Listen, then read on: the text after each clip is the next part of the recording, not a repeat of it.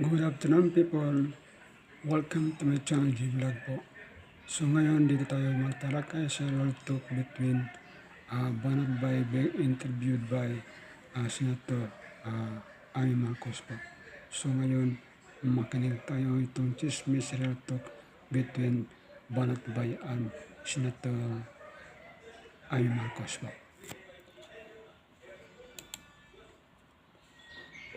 Introvert ako na tao. Nakikita ko nga sa mga code mo nakaka-bipolar actually yung mga feed mo. Kasi on one hand, yung private mong lakad, yung mga pagkain, yung mga tourist spot, yung parang walang normal na tao na private, na walang entourage, ikaw lang, ganun. Actually, madalas kong gawin yun. Pupunta na ibang bansa, mag-isa lang. Oo, talaga. Nag-isang buwan nga ako sa Europe mag-isa. Totoo ka. Ba't mo gusto yun? Hindi, una pinuntahan ko si Tatay Digo. Correct. Pero, Ayan. wala lang, mas gusto ko talaga mag-isa.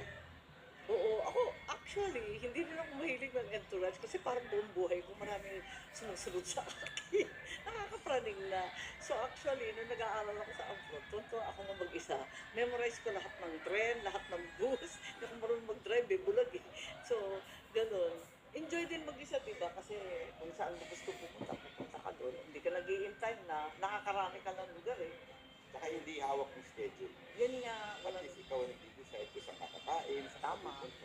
Oo, tapos hindi mo type na lumipat pa, tambay ka muna dun sa lugar na yun kung nagandahan ka, whatever. 1 month ka sa Europe, mag-isa. So, iba ka dun sa Banatero persona. Iba talaga. Totally iba. Natuwa nga ako eh, actually, di ba, supposed to be napakatapang, napakaangas. Sabi mo nga, I'm a proud mama's boy. Nabasa ko yun eh. Totoo ba yun? Oo. Nakakatuwa nga eh. Sabi ko, Talagang mamas boy ako. talaga? Close Bakit? kami ng nanay ko. Ilan ba kayong magkapatid? Dalawa lang. Ay, tatlo actually. 3. Tapos, ikaw favorite, gano'n? Ikaw ba yung eldest o bunso? Bunso. Kaya pala bunso baby forever. Ganon. Pero malungkot mo yung mga gut cancer, sabi mo. Matagal? Actually, matagal eh. Binigyan pa siya ng Lord na mahabang, kasi sabi ng doktor, may na lang. Pero humaba, more than 10 years pa. Ang swerte, blessed din nadaan sa dasal. Grabe. Kasi hindi naman madadaan sa PhilHealth, di ba? Nakakainis yan. Actually, nadaan sa Coke. Yung ibang Coke ha, hindi po yung Coke na... Ng palasyo? Oo. Ayan naman. Hilig lang kasi mag-Coke yun. Ay, gano'n? Talaga? Oo. Hindi, kasi di ba nakakaawa yung mga hinihingi ng mga walang kamatayang GL, yung mga guarantee letter na hinihingi sa aming mga senador, I hate that eh. Kasi Pero parang wala na po kayo nun. kuno, pero marami pa rin. Yung mga sa majority, alam mo naman, mga Kasi sa inyo sika. po, wala na kayo. Ako, 0-0 na kami. Ako, talaga yung mga oposisyon, matagal na, since 2023, hindi na kami binibigyan ng, wala na kaming AIX, mga MAIP, lahat ng ganon. Awang-awang nga ako. Kasi for me, hindi naman ako makikinabang dun yung may sakit ang nangangailangan shouldn't be political, di ba? Kakainis nga pero Bakit kailangan pa po nun? Hindi na lang, kaya nga, diretso na lang doon sa department. that's right, yun nga ang sinasabi ko nung budget hearing. Sabi ko, tigilan na yung mga GL na yan. Sabi na, wala na. May sulat-sulat pa So, ayoko yung gano'n bakit maninikuhot ba yung mga Pilipino? Karapatan nila yun.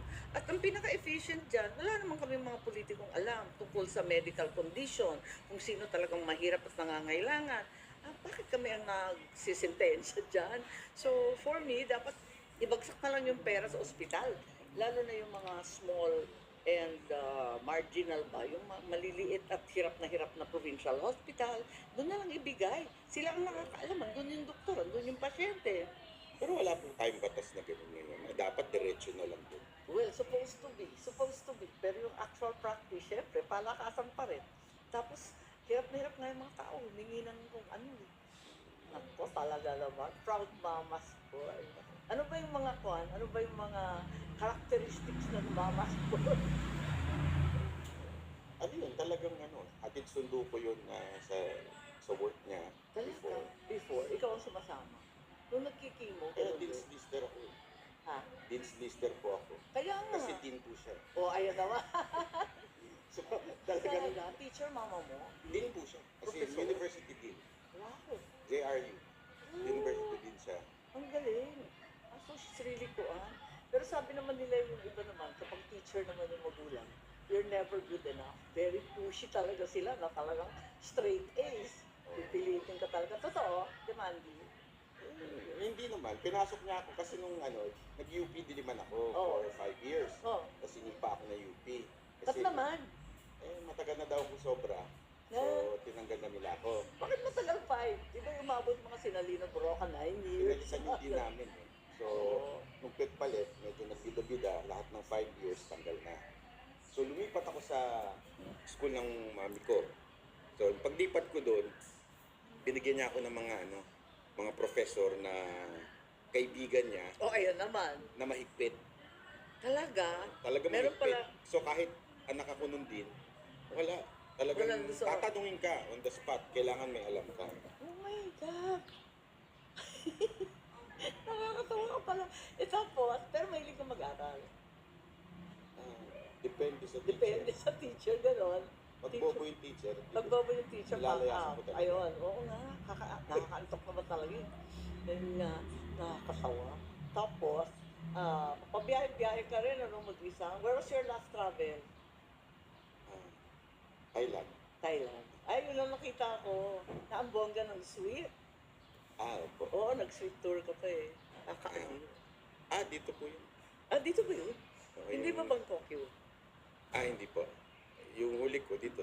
Kasi kahit dito, nag-check-in ako sa hotel na mag-isa. Yung tawag, ang tawag nila, staycation. Staycation. Bakit? Magtatago ka lang. Hindi naman. Para lang yung environment. Kasi, Maiba lang. oo, nakakatoxic ang politika. Ganon.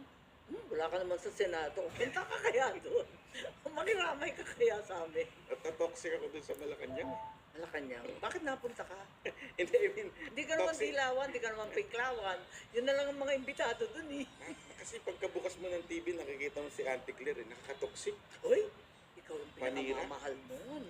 Super love ka nun. Kasi jealous na nga ako. Nung una, pinapansin pa ako. Ngayon, puros banat. Bakit? Ba't ikaw ang pinagtitripan mo? Si Auntie Claire, Oo, lagi kang lahat papatulan, lahat ng sinabi mo. nasa vlog po niya. Yeah. Hindi lang sa vlog, pati sa press ko. Oo. Kasi sa tingin mo, anong problema niya? O anong powers niya? Ewan po. Di siguro attack dog talaga siya. Oo. She was hired na attack dog. Talagang ginagampanan niya ng purong-puro. No? Na gano'n. Saka nag-enjoy siya na nanonood sa vlog niya. Kasi dati ba lang nanonood ko? Hindi ko kasi kilala dati kung Lagi yan lang eh. na abogado yun na medyo mahina. Oo. Mahina yung logic. Kaya nga marami yung bumabara dun ng mga lawyers din. Wala nga, tao nga kami ng tao kung ano-ano lang eh.